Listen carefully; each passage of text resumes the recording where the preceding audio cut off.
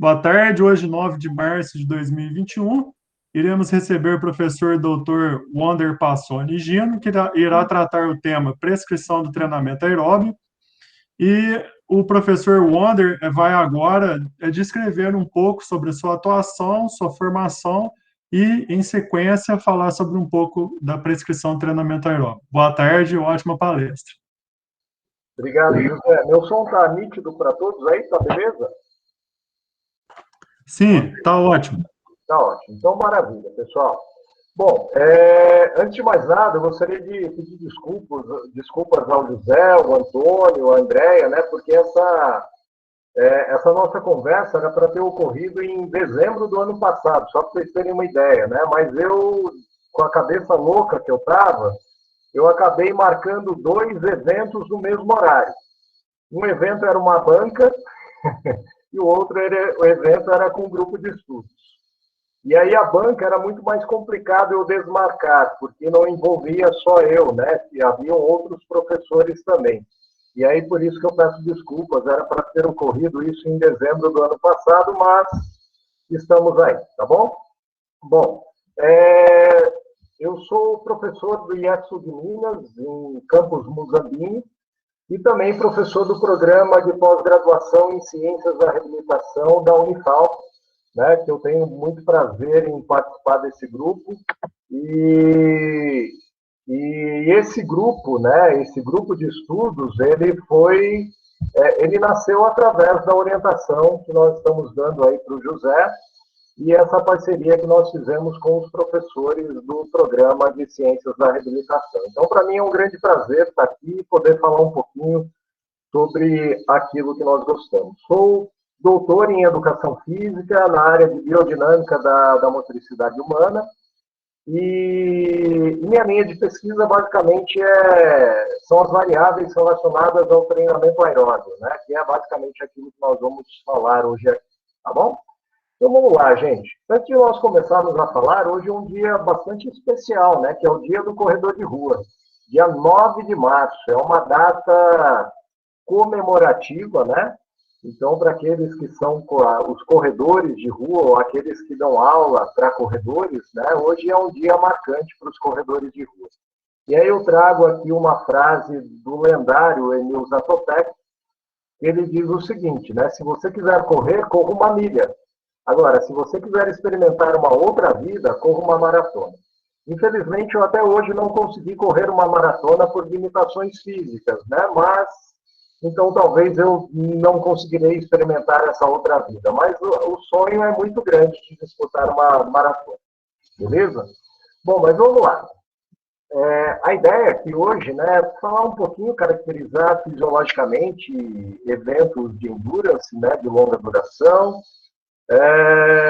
falar um pouquinho sobre os índices fisiológicos relacionados à prescrição do treinamento aeróbio, falar um pouco da prescrição, né? Não tem como nós aprofundarmos muito, até mesmo pelo tempo que nós temos, mas apenas jogar uma ideia aí para vocês e falar um pouquinho sobre economia de movimento, que é algo muito importante para provas de longa duração também. E aí eu vou pedir permissão para vocês, né, porque eu, como sou um apaixonado por corrida, eu acabo convergindo meus estudos todos para a corrida, né? Então, meu conhecimento em outras modalidades é muito menor quando comparado à corrida. Então, eu prefiro, de alguma forma, estar focando um pouquinho mais sobre a corrida do que qualquer outro evento aeróbio, tá? Bom, quando a gente caracteriza fisiologicamente, é importante que nós possamos lembrar um pouquinho das aulas de bioquímica e fisiologia do exercício lá da graduação, né? Onde possivelmente o professor dessas disciplinas, ele deve ter em algum momento falado para nós que basicamente as nossas células elas produzem energia através de dois metabolismos. Um metabolismo que é anaeróbio, ou seja, aquele que é independente da presença do oxigênio, gera energia para nós independente da presença do oxigênio, e um metabolismo que é aeróbio. Joia? Então, esse metabolismo aeróbio é aquele que necessita da presença do oxigênio para gerar ATP para as nossas células e, consequentemente, proporcionar o trabalho mecânico dessas células. Quando nós pensamos em metabolismo anaeróbio, nós pensamos em eventos de curtíssima duração e alta intensidade, como, por exemplo, os eventos realizados por esse senhor aqui, por esse rapaz, né? Senhor é sacanagem, né? Senhor sou eu, por esse rapaz, e eventos realizados por esse rapaz. Embora este rapaz aqui, ele realize alguns eventos que têm participação, que tem uma participação meio que igual entre metabolismo aeróbio e anaeróbio. Mas quando nós falamos em eventos aeróbios, né, nós temos que pensar no recordista mundial da maratona, né? Então, um cara que faz 2 horas, 1 minuto e 39 segundos, né, os 42, 195 metros, é uma pessoa que requer um certo respeito de nós, né? Pois bem, eu gosto muito dessa figura e gosto bastante de outras figuras que eu vou apresentar ao longo dessa apresentação, né? Mas essa figura, ela traz para nós a participação dos metabolismos, né? Aeróbio e anaeróbio de acordo com o tempo. Né? Então, se nós olharmos aqui, eu tenho a primeira via, né, uma via mais rápida, que gera energia mais rapidamente para nós, que é a famosa via PTCP, o sistema anaeróbio alático, que tem um predomínio de aproximadamente aí 10, 15, até 20 segundos, né? E, posteriormente a isso, né, quem predomina é o sistema anaeróbio lático, ou também chamado como glicolítico. E esse tem um tempo de duração de predominância de até aproximadamente 60, 70 segundos. Beleza? Então, isso é muito importante para nós, porque isso nos leva a entender que, acima desse tempo, quem predomina é o metabolismo aeróbio. Né? Então, basicamente, quando eu estou realizando atividades acima de 60, 70 segundos, eu tenho como predomínio o metabolismo aeróbio, que vem de encontro àquilo que nós vamos conversar aqui hoje. E aí, como eu falei para vocês, né, eu trago mais um dado aqui que nos mostra o quanto esse metabolismo aeróbio, né, ele se torna predominante a partir de 60, 70 e até, algumas vezes, até 90 segundos. Tá? Então, esse é um estudo desse autor, o Gaskin, né, em que ele mostra para nós que essa transição entre metabolismo anaeróbio e metabolismo aeróbio, ela se dá por volta disso daqui. E aí eu gostaria de chamar a atenção de vocês, eu não sei, acredito eu que de idade aqui talvez eu seja o mais velho de todos, né? Mas quando eu comecei a estudar educação física em 1994, eu lembro que nós pegávamos os livros texto, e nos livros texto nós encontrávamos o seguinte, né? O metabolismo anaeróbio, ele ocorre até aproximadamente 3 minutos de atividade. Então, diante daquela informação, se nós pensarmos numa corrida de 800 metros, e se pensarmos que uma corrida de 800 metros no atletismo ela é feita em 1 minuto, 45, 44 segundos, nós pensaríamos que os 800 metros no atletismo seria uma atividade predominantemente anaeróbia. Então, quando eu entrei na educação física em 1994, né, era essa ideia, né? Nós pegávamos os livros texto de fisiologia do exercício e os livros traziam essa informação para nós. Só que, com estudos mais recentes, com aparelhos mais modernos que permitiam mensurar adequadamente a participação energética diante das atividades, né, verificou-se que, na verdade, essa transição ela corre bem mais cedo, né, por volta de 1 minuto até, no máximo, 1 minuto e 30 segundos, onde eu tenho essa transição entre metabolismo aeróbio e anaeróbio. E aí, se nós pensarmos nessa transição, agora nós podemos falar que os 800 metros eles são predominantemente aeróbios. Olha o quanto muda, né? O quanto o meu direcionamento do treinamento para os 800 metros, por exemplo, é totalmente diferente. Então, isso é muito importante para nós, tá? E quando nós falamos de metabolismo aeróbio, da prescrição do treinamento aeróbio, é imprescindível que nós falemos sobre algumas variáveis relacionadas ao treinamento aeróbio, dentre as quais nós temos o consumo máximo de oxigênio e a intensidade associada a esse consumo, as variáveis associadas à capacidade aeróbica, que são os limiares, né, que podem ser tanto metabólicos quanto ventilatórios, e a economia de movimento, que é algo muito importante para que eu me torne ainda mais eficiente no momento da minha atividade aeróbica, tá? Bom, com relação ao consumo máximo de oxigênio, eu gosto bastante dessa figura, porque o consumo máximo de oxigênio, ele é caracterizado por essas três engrenagens, né, cara? Nós temos aqui uma demanda muscular, que, por sua vez, ela aumenta o trabalho cardiovascular e leva ao aumento do trabalho respiratório. Ou seja, para que eu possa ofertar mais oxigênio, para que esse músculo possa utilizar mais oxigênio, eu preciso ter um trabalho aumentado do sistema cardiovascular e do sistema respiratório, que, por sua vez, vão proporcionar a remoção de metabólitos, dentre os quais o CO2. Então, ao mesmo tempo que eles fornecem oxigênio para a musculatura, eles removem metabólitos e CO2 dessa musculatura que está em exercício. Tá? Essa equação de Fick, né, que ela diz para nós que o VO2 é igual ao débito cardíaco, ou seja, VO2 é uma variável respiratória, débito cardíaco é uma variável cardiovascular, e diferença arteriovenosa de O2 é o quanto esse músculo está hábil para utilizar esse oxigênio que está sendo ofertado para ele. Então, através da equação de Fick, nós temos essas três engrenagens aqui sendo expostas para nós. Bom, o conceito mais clássico de consumo máximo de oxigênio é esse do Astrom de 52, que ele diz para nós o seguinte, né? O consumo máximo de oxigênio, nada mais, nada menos, é a mais alta captação de oxigênio alcançada por um indivíduo respirando ar atmosférico ao nível do mar. Tá? E esse ao nível do mar é muito importante, né? Porque quando nós subimos a montanha, quando nós elevamos a altitude, né? Esse consumo de oxigênio ele vai ser diferente. O consumo máximo de oxigênio será diferente.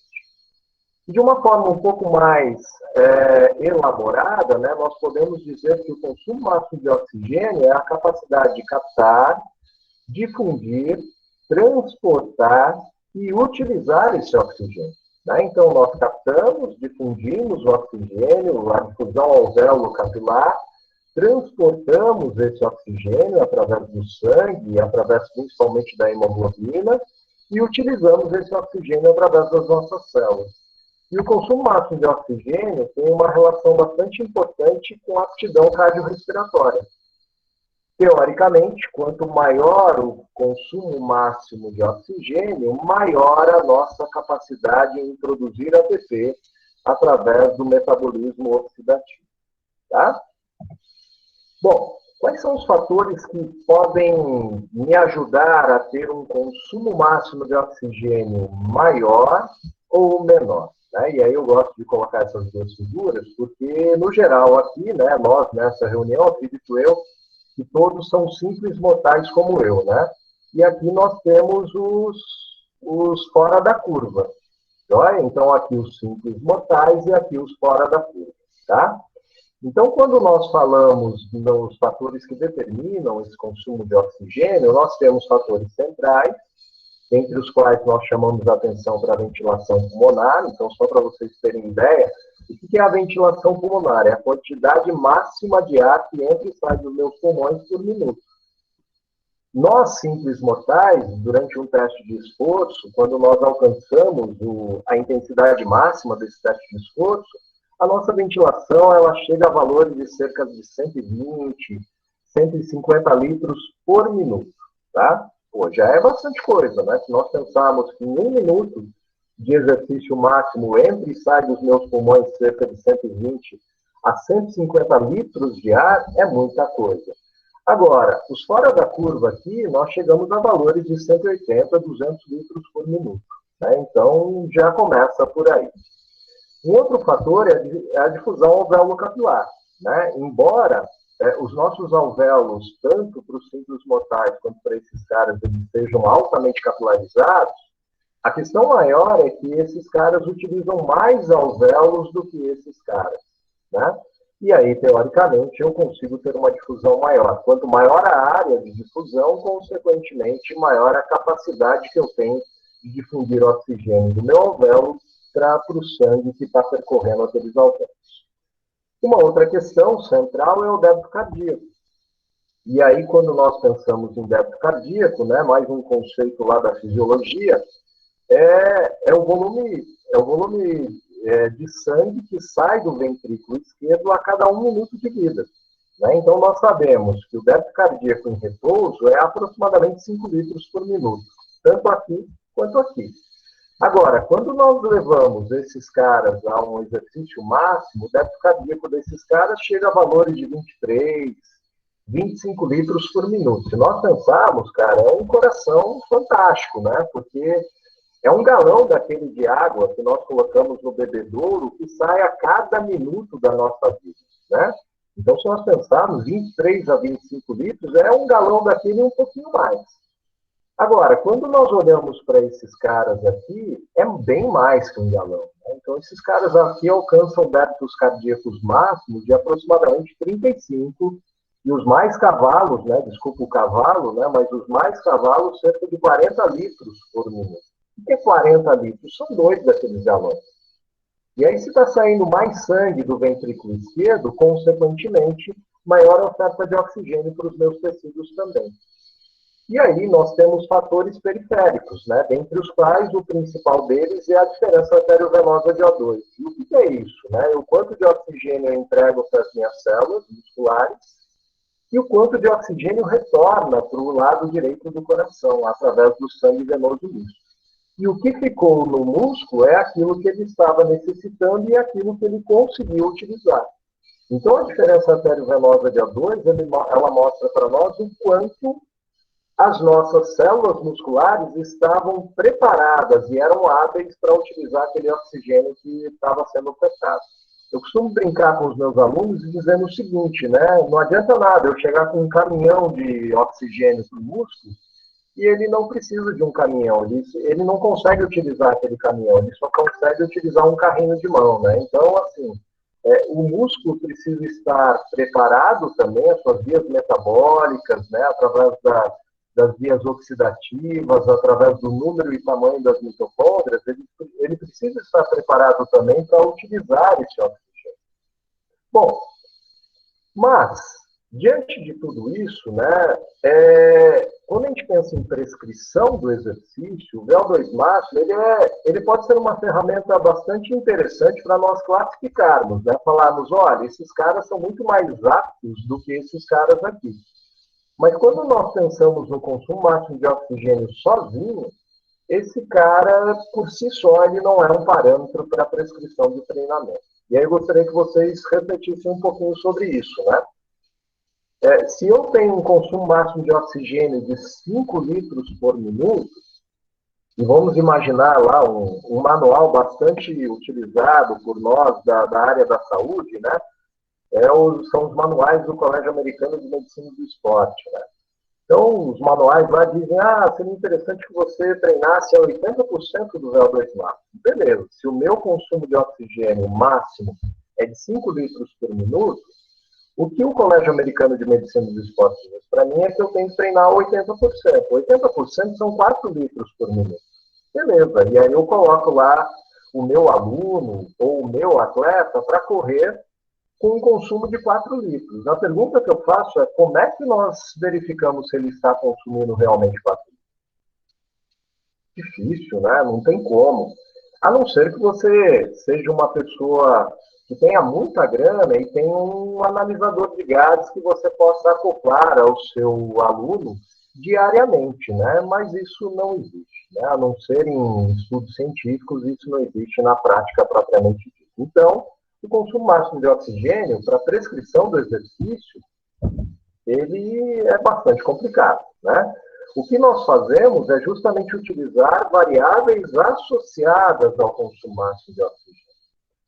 E uma das variáveis mais utilizadas, né, antes de nós falarmos dela, desculpa, né, é importante ressaltar que existe uma relação, né, entre consumo máximo de oxigênio e distância, por exemplo, para uma corrida. E aqui no caso dessa figura, né, uma corrida de 10 milhas, 16 quilômetros. Então, quanto maior o consumo de oxigênio, menor o tempo para eu percorrer essa distância de 10 milhas. Então, o que essa figura mostra para nós, né, lógico, com os seus devidos cuidados, que se eu tiver um consumo máximo de oxigênio alto, maiores as chances de eu ter um desenvolvimento, de eu ter uma performance em uma prova aeróbica bastante alta, tá? Então, para que eu possa ir bem numa prova de 10 quilômetros da minha cidade, seria interessante que eu tivesse um consumo máximo de oxigênio alto. Diante desse pressuposto, né, como eu estava falando para vocês, existem variáveis associadas ao consumo máximo de oxigênio. E uma delas é justamente a intensidade na qual o consumo máximo de oxigênio foi alcançado, que é também conhecida como o IVO2 máximo. Então, eu chamo a atenção para essa autora, né, que é uma francesa chamada Véronique Villard, e desde a década de 90 ela vem trabalhando com essa questão da intensidade associada ao VO2 máximo. Mesmo porque, para que nós possamos melhorar o consumo máximo de oxigênio, quanto mais próximo da intensidade associada a ele nós estivermos, maiores serão as melhoras, né? Então, a Veronique Villard, ela sugere que, por exemplo, os treinamentos intervalados, eles poderiam ser próximos da intensidade associada ao VO2 máximo. E isso, por sua vez, poderia trazer melhoras no consumo máximo de oxigênio e, consequentemente, se nós pensarmos na figura, se eu melhoro o consumo máximo de oxigênio, consequentemente, eu melhoraria, em termos teóricos, né, eu melhoraria o meu tempo em provas de endurance. Tá? Bom, além do consumo máximo de oxigênio, existem outras variáveis bastante importantes e, às vezes, até mais interessantes do que o consumo de intensidade associado ao consumo máximo de oxigênio. E aí, mais uma vez, trazendo uma recordação das aulas de fisiologia do exercício, lá da graduação, né, de bioquímica, possivelmente nós vimos lá nessas aulas que existe uma via, né, chamada via glicolítica, que é a responsável pela degradação de glicose até o ácido pirúvico, né, e desse cara eu tenho dois caminhos. E esses dois caminhos, eles são dependentes da velocidade dessa via. E a velocidade dessa via é dependente da intensidade do exercício. Então, quanto mais intenso for o exercício, mais rápida será a degradação de glicose até piruvato e, consequentemente, maior a formação de ácido lático. Quanto menos intensa for essa via, né, mais lenta será essa degradação de glicose até piruvato e, consequentemente, maior a formação de acetil-CoA. Tá? Então, quando nós pensamos dessa via se deslocando para cá, acetil-CoA é nada mais, nada menos do que a molécula de entrada ali do ciclo de Krebs e, consequentemente, da via oxidativa. O ácido lático é o produto final da via glicolítica anaeróbia lática. Tá? Beleza. Então, partindo desse contexto aqui da via glicolítica, né, é importante nós ressaltarmos que existem mais duas variáveis que são bastante importantes na prescrição do treinamento, né? E essas variáveis, elas são chamadas de lineares, né? E se nós levarmos ao pé da letra o que significa linear, né? Linear nada mais é do que o ponto a partir do qual alguma coisa muda. Joia? Então, quando eu tenho os lineares, né, eu tenho primeiro, esses lineares fisiológicos, né, eles são divididos em dois, né, o primeiro e o segundo linear, tá? E esses lineares, eles podem ser metabólicos, se a variável mensurada ela for diretamente relacionada ao metabolismo da via glicolítica, no caso, o ácido lático, né, ou ela pode ser ventilatória, quando a variável avaliada é uma variável que indiretamente ela me mostra aquilo que está ocorrendo metabolicamente, tá? Bom, quando eu falo no primeiro linear, né, eu tenho como conceito o ponto a partir do qual as concentrações de lactato começam a aumentar acima dos valores de repouso. Então, nós temos uma concentração de lactato de repouso, e essas concentrações, conforme eu vou me exercitando, elas tendem a ficar praticamente estáveis até um determinado ponto onde elas começam a subir um pouquinho. E esse primeiro ponto de aumento dos valores da concentração de lactato é chamado de primeiro limiar, ou também conhecido como primeiro ponto de inflexão da relação ventilação pulmonar e consumo de oxigênio. Então, existe uma relação linear entre ventilação e consumo de oxigênio, e conforme eu vou produzindo mais lactato, né, mais ácido lático, a remoção desse metabólico, ela faz com que nós aumentemos a quantidade de CO2 extracelular. E essa quantidade de CO2 faz com que eu aumente a minha ventilação. Então, a ventilação ela aumenta um pouquinho mais do que o aumento do consumo de oxigênio. Então, seria o primeiro ponto de inflexão da curva da relação entre ventilação e consumo de oxigênio. Esse primeiro limiar, ele tem vários nomes. É como se eu tivesse um filho chamado André e eu chamasse ele também de Pedro, João, Manuel, Antônio e assim por diante. Aí vocês imaginem a confusão que isso causa, né? Então, o primeiro limiar, ele pode ser chamado de limiar aeróbio, limiar de lactato 1, limiar anaeróbio, limiar ventilatório 1, OPA, ou uma variável correspondente a uma concentração fixa de 2 milimolar de lactato. Tá? Então, isso gera muita confusão na literatura. O segundo limiar, né, é conceituado como o ponto máximo de equilíbrio entre produção e remoção de lactato sanguíneo. Né? Então, é o ponto máximo de equilíbrio entre aquilo que eu produzo desse metabólico e aquilo que eu consigo remover. Ponto a partir do qual a minha capacidade de remoção vai ser inferior àquilo que eu estou produzindo. Eu estou produzindo mais do que eu consigo remover. E quando eu trato de variáveis ventilatórias, é o segundo ponto de inflexão da ventilação pulmonar, né? Ou seja, devido ao excesso de CO2. Então, eu começo a acumular esse metabólico e, consequentemente, a produção de CO2 ela aumenta drasticamente, fazendo com que a ventilação aumente ainda mais. E aí eu entro num processo de hiperventilação. Esse segundo limiar, ele também recebe uma porrada de novo. E aí, ó, eu gostaria de chamar a atenção disso daqui, ó. Limiar anaeróbio e limiar anaeróbio. Então, e aí, né? Aí confunde, né? E o que eu sempre falo aos meus alunos é o seguinte, cara, a primeira coisa que você tem que se atentar é ao conceito. O que o autor está chamando de limiar anaeróbio? Se o conceito for alguma coisa muito próxima disso, ele está chamando aqui, ele está determinando o primeiro limiar. Agora, se o conceito for algo muito próximo disso daqui, ele está determinando o segundo limiar. Tá? Então, isso é muito importante. Eu posso ter uma porrada de nomes, né? Como, sei lá, eu tenho um filho chamado João, mas eu sei as características do meu filho. Então, o pessoal pode chamar ele de João, de José, de Antônio, de Joaquim, de uma série de nomes. Mas se alguém chegar para mim e falar, olha, é um menino assim, assim, assado, é o meu filho. Então, beleza, eu chamo ele de João. E no meu caso aqui, né, eu costumo, através da escola da onde eu vim, eu costumo chamar o primeiro limiar de limiar aeróbio e o segundo limiar de limiar anaeróbio. Então, a partir de então, vocês vão me ver chamando esses limiares desses dois nomes, tá bom? Bom, quando nós falamos desses dois limiares, né, isso daqui é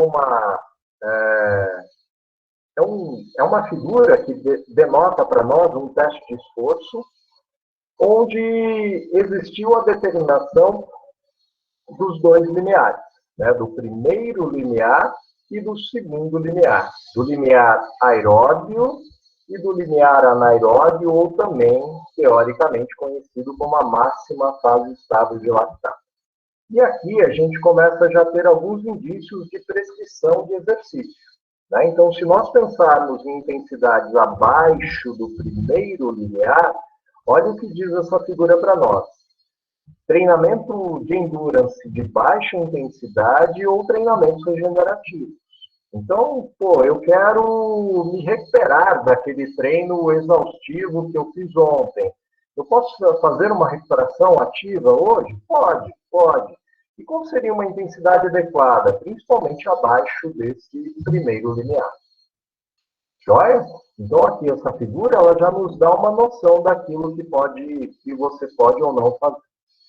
Entre o primeiro e o segundo limiar, olha o que a figura fala para nós. Treinamento aeróbio de moderada a alta intensidade.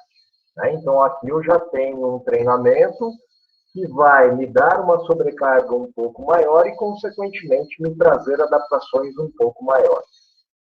Acima do segundo limiar, olha o que a figura nos mostra, né? Geralmente são sessões de treinamentos intervalados. E aí eu sempre costumo falar aos meus alunos, né? Por que treinar intervalado abaixo do segundo limiar, né? Aparentemente, eu não vejo grandes motivos em treinar intervalado abaixo do segundo limiar. Né? A ideia do treinamento intervalado é que você tente, de alguma forma, esboçar adaptações superiores àquelas que você tinha anteriormente, mas que, de alguma forma, você não consegue manter de forma contínua aquele treinamento. Então, você começa a fracionar o exercício, justamente para criar adaptações superiores.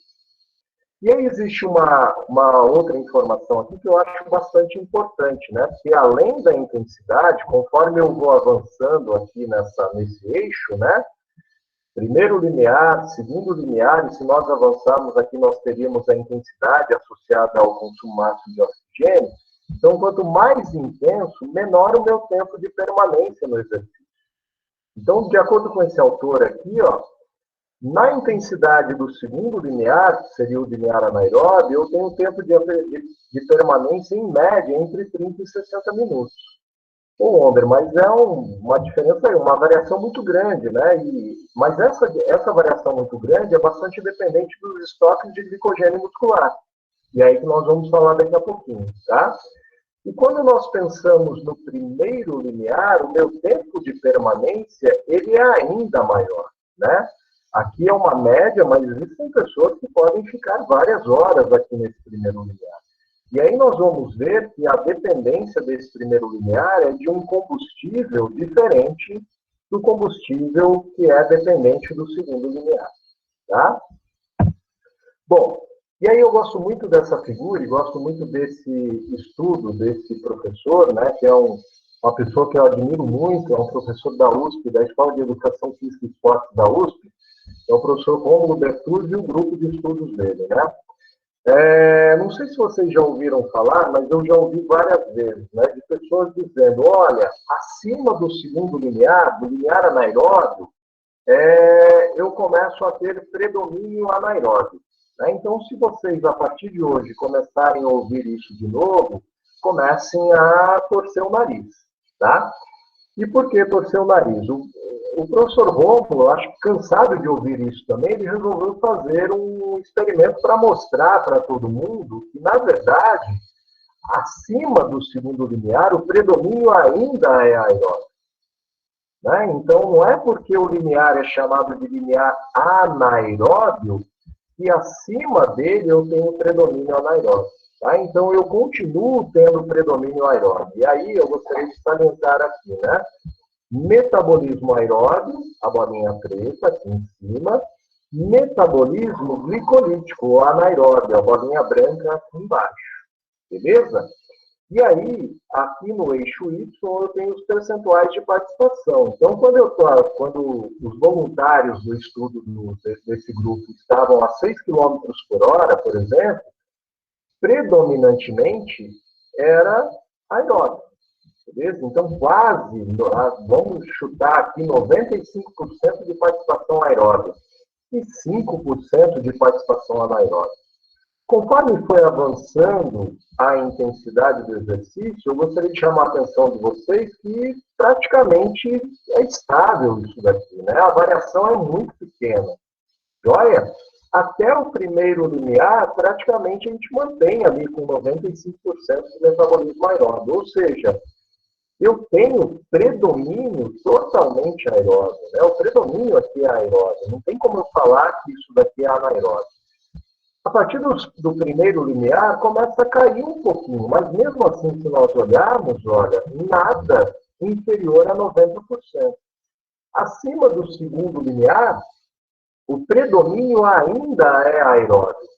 E possivelmente aqui, ó, essa daqui foi a última intensidade alcançada em esteira, num teste incremental, e possivelmente foi a intensidade associada ao consumo máximo de oxigênio. Se nós pensarmos nessa intensidade, é uma intensidade que ainda é predominantemente aeróbica.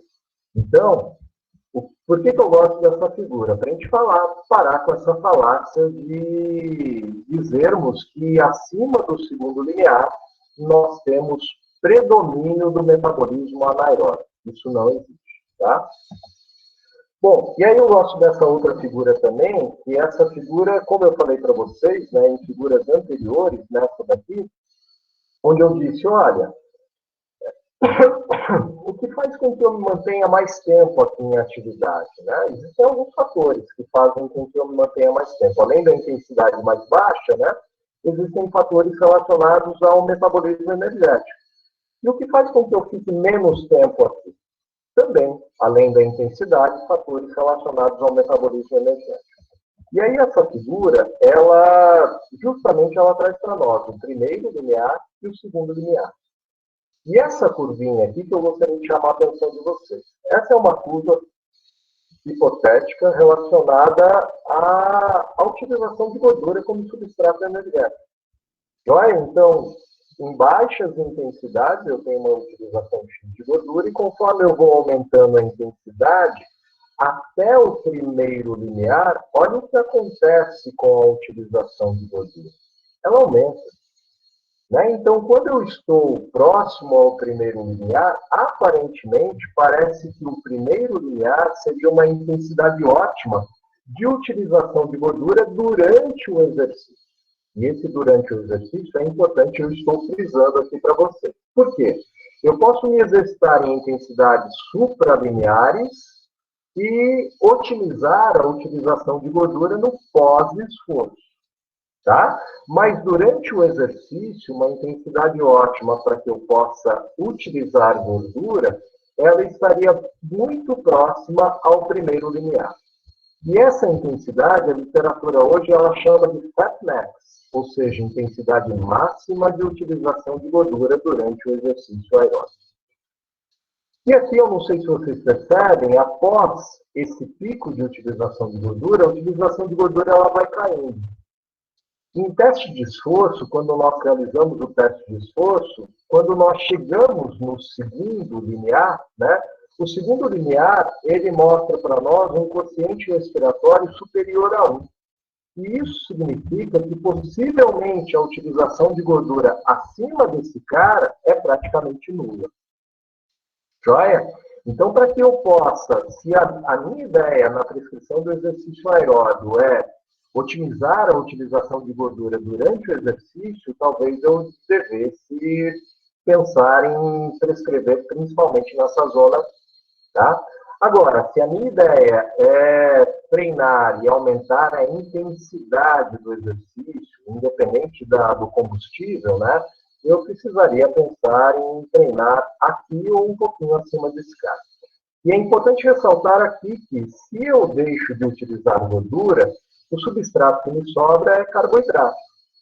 E isso mostra para nós a nossa limitação em tempo. Né? Então, se os meus estoques de carboidrato aqui são pequenos, consequentemente, eu estarei durando pouco tempo nessa atividade.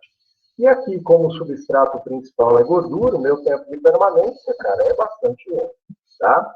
Então, continuando aqui, pessoal, gosto de salientar esse estudo aqui também, de um grupo de colegas lá da Federal de Santa Catarina, né, em que eles mostraram para nós essa relação entre a velocidade de provas de corridas de rua, por exemplo, né, 5.000 e 10.000 metros, e aqui eles utilizaram 1.500 metros também, que é uma prova de pista, né, de atletismo, e a associação da velocidade média dessas provas com as variáveis fisiológicas.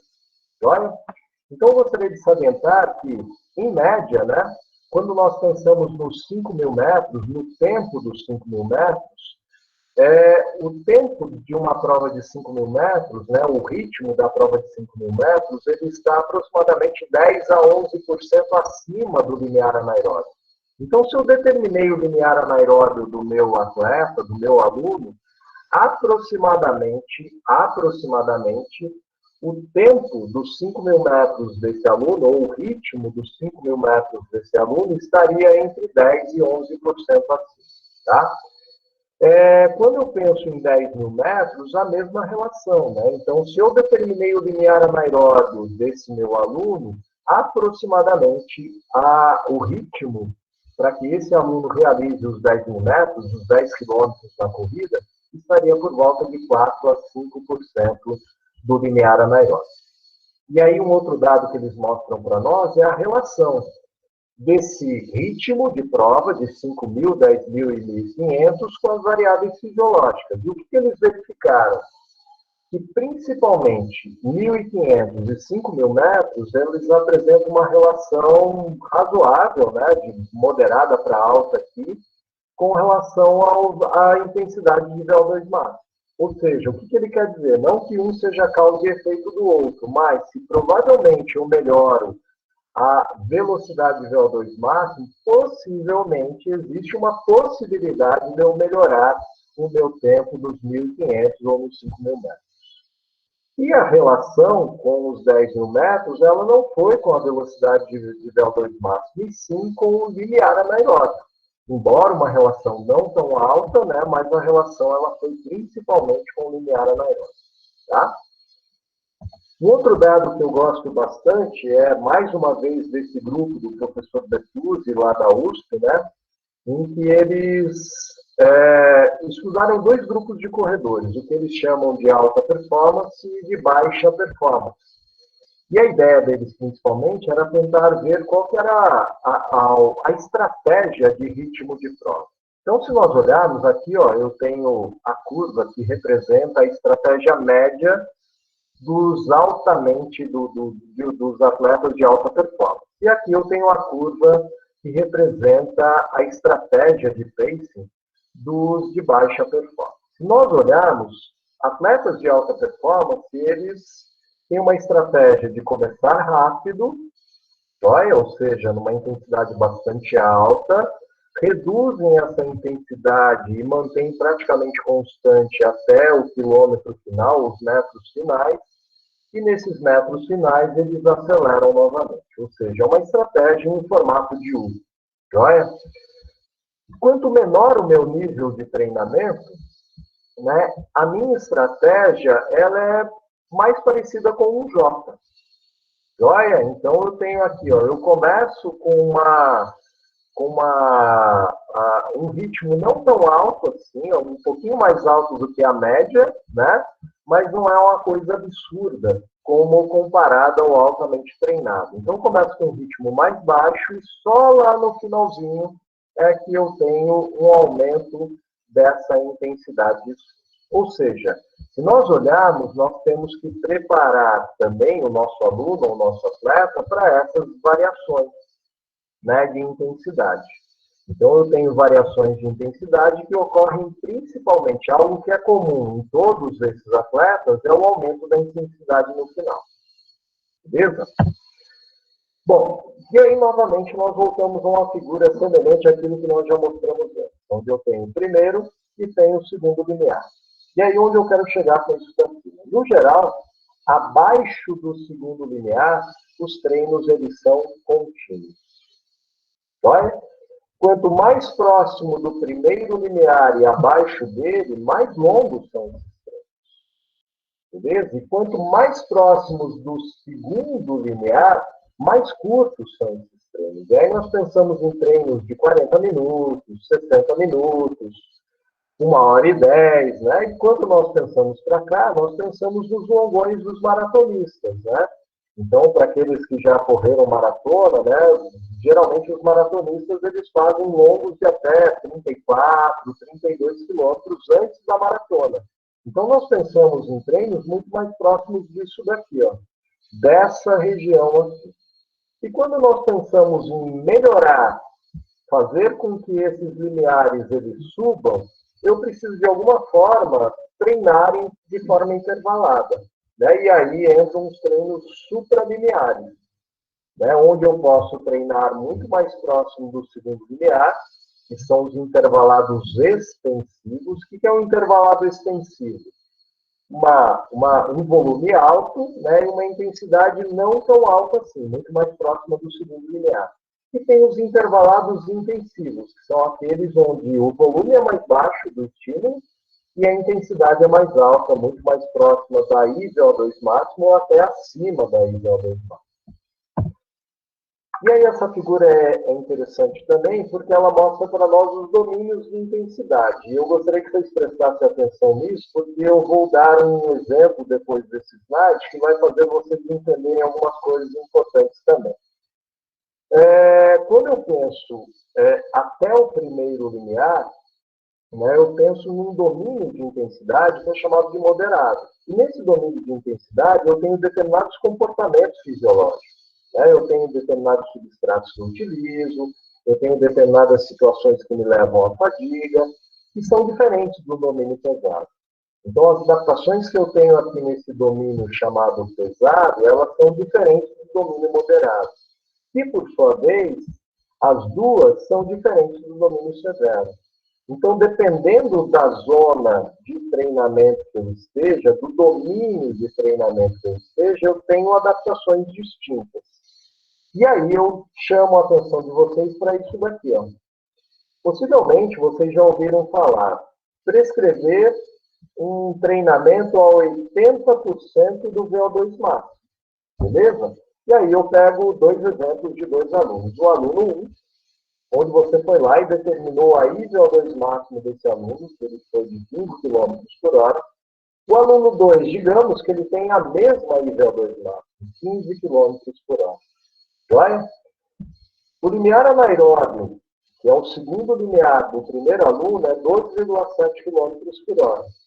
O segundo limiar do segundo aluno, que é o limiar anaeróbio, é 11,2, ou seja, aqui eu já tenho uma diferença entre os dois. Joia? Essa velocidade, ela representa 85% dessa daqui. E essa intensidade representa 75% desta daqui. E aí eu chamo a atenção de novo para isso daqui. Nós levarmos em consideração a prescrição, olha, hoje os meus alunos vão treinar a 80% do VO2 máximo. O aluno 1, ele estará treinando num domínio pesado. Joia entre o primeiro e o segundo limiar. Ou seja, as adaptações fisiológicas aqui, elas são distintas daqui e são distintas daqui. O aluno 2, ele está treinando também a 80% do VO2 máximo, da intensidade associada ao VO2 máximo. Só que olha onde está esse 80%. Num domínio considerado severo. Beleza? Então, eu tenho adaptações fisiológicas distintas, eu tenho respostas fisiológicas distintas, e isso pode fazer com que as adaptações do treinamento para esses dois alunos sejam diferentes.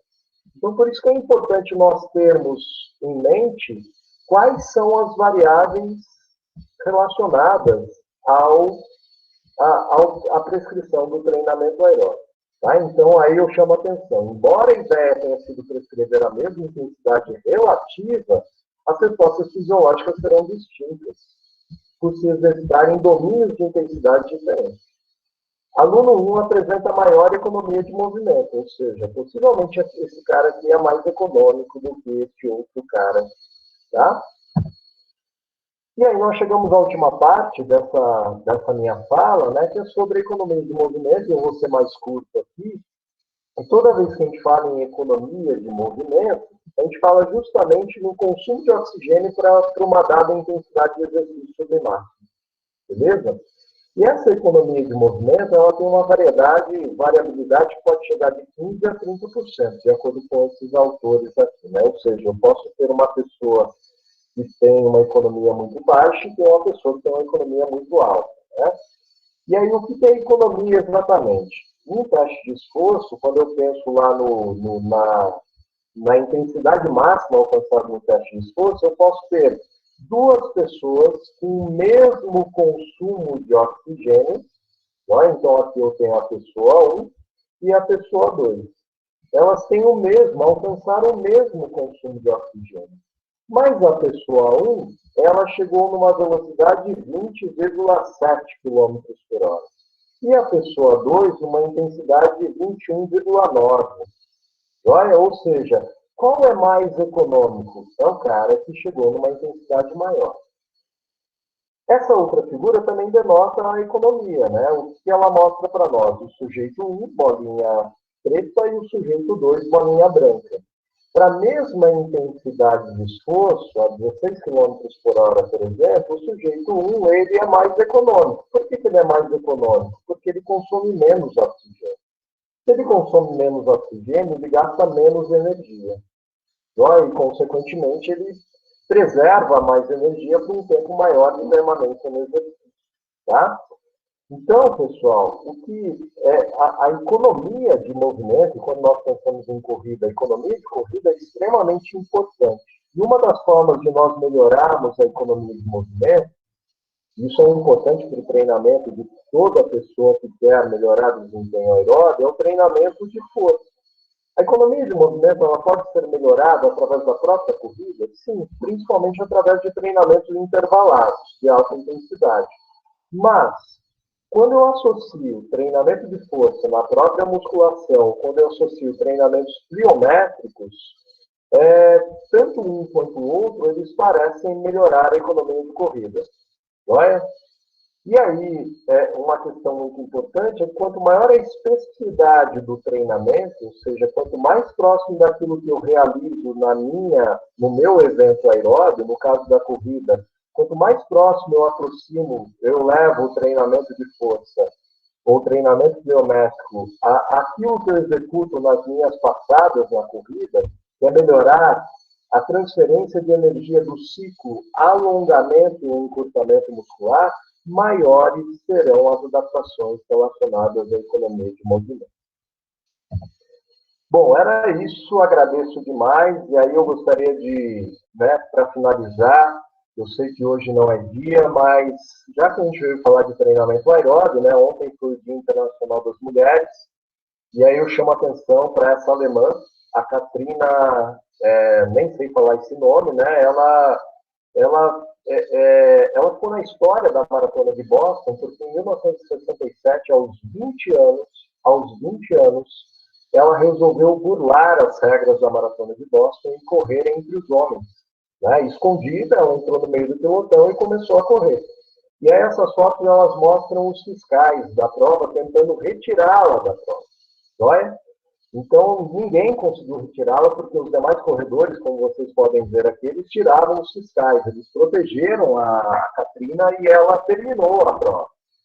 E esse gesto da Katrina foi extremamente importante, porque em 1972, a Maratona de Boston, ela abriu a inscrição para corredoras mulheres. E olha que coisa louca, Depois de 17 anos depois apenas, que o Comitê Olímpico Internacional permitiu que as mulheres corressem uma maratona nos Jogos Olímpicos. Ou seja, só em 1984 que nós tivemos uma maratona feminina em Jogos Olímpicos.